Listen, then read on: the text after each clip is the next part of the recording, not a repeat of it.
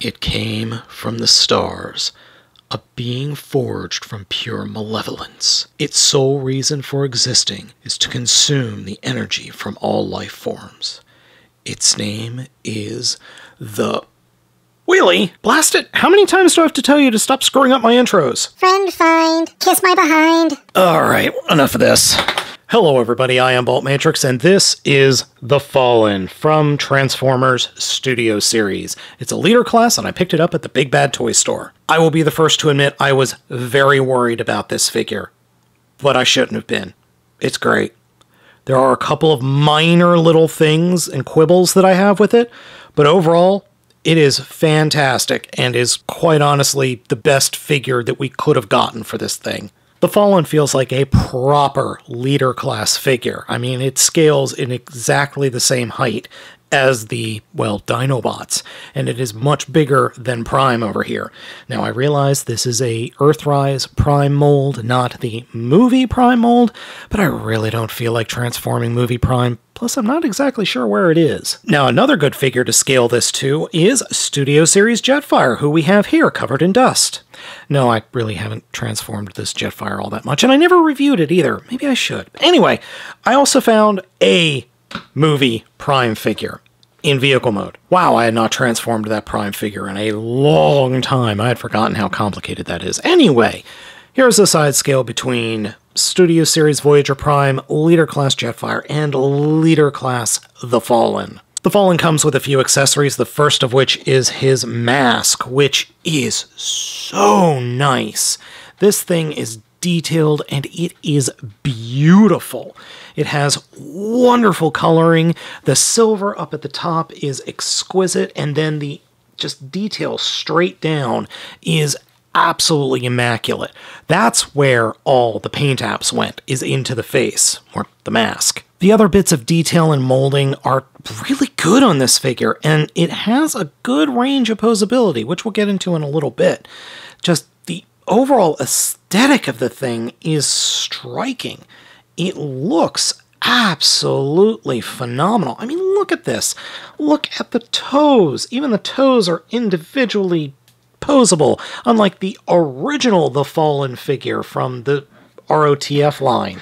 It had those weird spring-loaded toes. As you already know, the mask does pop off. It's on there rather nicely. It's not super tight, but it does fit there nicely.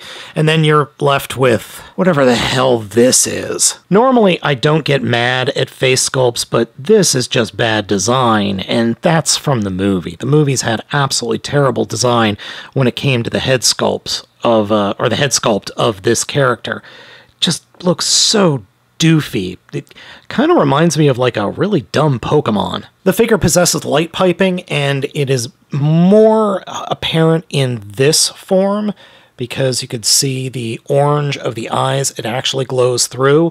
When the mask is on, there is light piping in there, but it doesn't get through as well. And as you could see, I've got the light shining right up against it. You got to get the whatever light source you're using right up against it, and it's got to be pretty bright, otherwise it doesn't work that well. But I did notice just now there's also light piping just above the eyes to make a more Decepticon-looking head sculpt, or head. It works pretty well. There's a lot of material there, so it doesn't work as well as it should. The other accessory that the figure comes with is his staff, and it's a big old staff that splits into two pieces. That's the only way you can get it in and out of his hands. You've got to start it with them split, slide it in, then, you know, peg them in together. It's a nice little, well, not little, it's a nice weapon. I like it. Could use some paint, maybe some silver, maybe some dark colors, but otherwise, it's perfectly fine. Like little sword thingies. Now, posability is where this thing excels. Head is on a ball joint and can move quite a bit. The mask does not get in the way as much as you would think. We'll get to the arms in a minute. Unfortunately, there's no torso articulation. There just isn't because of the nature of the transformation. Legs are on hinges for in and out. Then there's a hinge just above the knee. Knees bend a good bit. Then there is another hinge just below the knee at the midway point, and then the feet are on ball joints, so you can get some really good poses out of this guy. And I like to have him more lunging poses coming at you. Like, you could really get some really gnarly, terrifying poses. Like, one of my favorite poses is what I used as the thumbnail for this video, where he's just got his arms outstretched and he's coming right for you. It's a absolutely wonderful posable figure, and you could pull off many, many scary poses.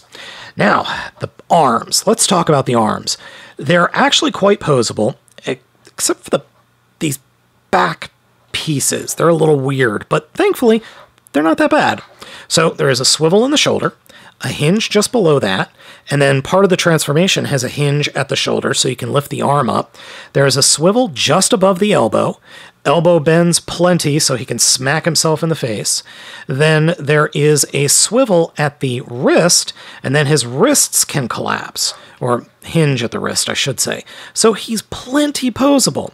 Now, these struts coming off the back are really interesting. They are very cool, and I love the aesthetic that they pull off, because you get this really nice looking piece of alien machinery that ball joint pegs into the forearms. But guess what?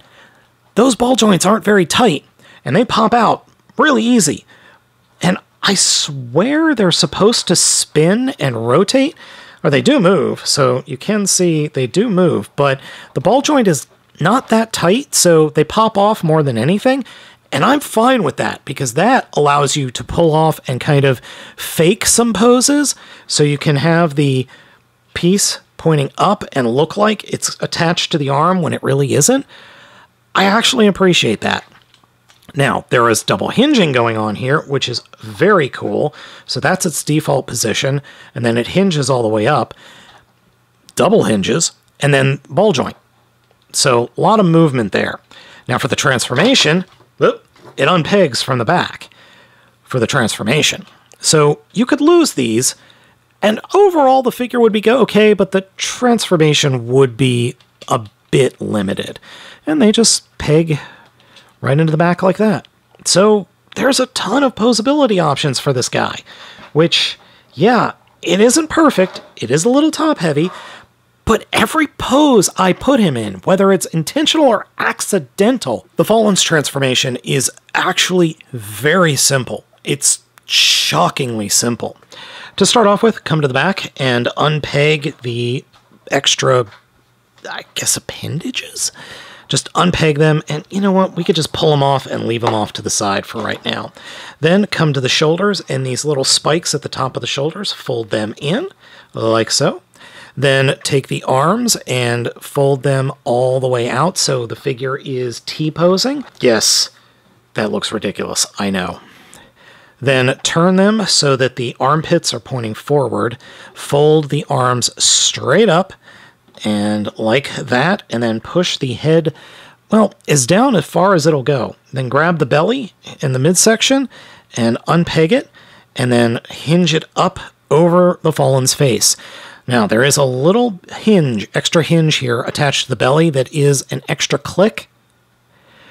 It doesn't make an audible sound, but there is an extra click there, so just make sure that that is all the way down, and then fold that up over the face, like so. Next, for the arms, turn them so that the shoulder is pointing forward, or the painted part of the shoulder is pointing forward, or towards the face, I should say, and make sure that that peg hole is open up, because then you turn the arm at the forearm and then fold up the forearm and peg it into the shoulder. And then you just kind of leave the hands where they are. You can fold them down, or you can kind of twist them so that they fold into the Fallen's head, but I just leave them straight down like that. So do the same thing on the other side. Whoops, turned it the wrong way. And fold it down and peg it into place. Now for the legs. Grab one of the legs and rotate it at the thigh swivel that I forgot to mention, and rotate it back towards the back of the figure. Take the knee and turn that so that the whole foot section is pointing in, and then come down to the foot or I guess this would be the chicken leg, and rotate the chicken leg around 180 degrees, and then fold up the toes. And you want to fold the toes in first, then the front toe. So side toes, front toe, upper leg, fold back, knee, fold around, lower leg, fold around. Once the legs are positioned correctly, grab the crotch and grab the leg section, and they will flip around and towards the back, and this whole section will rest up against here, and then the armpits are where the knees will peg in. So the knees peg into what were the figure's armpits. And that peg isn't exactly tight, but as long as you've got it lined up correctly on both sides, it will peg into place and stay, mostly. Now for the last bit, and that is these pieces that we unpegged from the underarms. So I like to unpeg them, and then they will peg in. There's a little tab coming off the behind the circle that will peg into this slot just above the feet, and then these sections will fold down and peg into the forearms like that. And do the same thing on the other side. And we're done. Except adding these. These can be pegged in on the screw holes on the legs. Though they don't go in very easily, they do go in. Really, they do. The spaceship mode we end up with is definitely alien. I can't argue with that. I really can't. I do wish that some of the bits moved in different ways to be a little bit more aerodynamic. Like, I wish these pieces on the forearms could spin around, and I wish the toes worked a little bit better or folded up a little bit nicer, and I wish Hasbro bothered to include a freaking shiny cockpit on my figure. I mean, seriously, it's just completely missing. That sucks, because the Alien mode doesn't have this little cockpit section here to make it look like an actual jet that could be piloted by a small thing, as opposed to whatever the heck this is supposed to be, which is an alien something? Boomerang, maybe? You know what? I think I have the perfect solution. Halloween candy gummy bear pilot. I don't know, does the green gummy bear work better or the red? The only other gummy bear color I have is yellow. The only major complaint I have about the figure in its alt mode is every time I pick it up, something moves. Everything is pegged into place pretty well and does stay together once you got it in there, but it's one of those things. It's just a very fiddly figure sometimes, and you pick it up and things just move. It doesn't fall apart, but things move in weird ways, and that is annoying, but it's not a deal breaker. Now that we've looked at the alt mode, let's talk about the negatives of the figure, and there are very few. Only major issue I have with it is I think that the swivels in the legs are just a smidge too loose. I can fix that, that's not a huge issue, but the hinges moving in and out and front and back, they're just a little bit too loose for my taste. That might not be a problem on your figure if you decide to pick it up. Overall, though, that's the only complaint I really have. This figure is a ton of fun. It's a great toy, it's hefty for its size, and it's just cool. This is the best that the Fallen has ever looked. So folks, let me know what you think of the Fallen down in the comments. Thank you so much for watching. I have been Baltmatrix, and I will catch you all next time.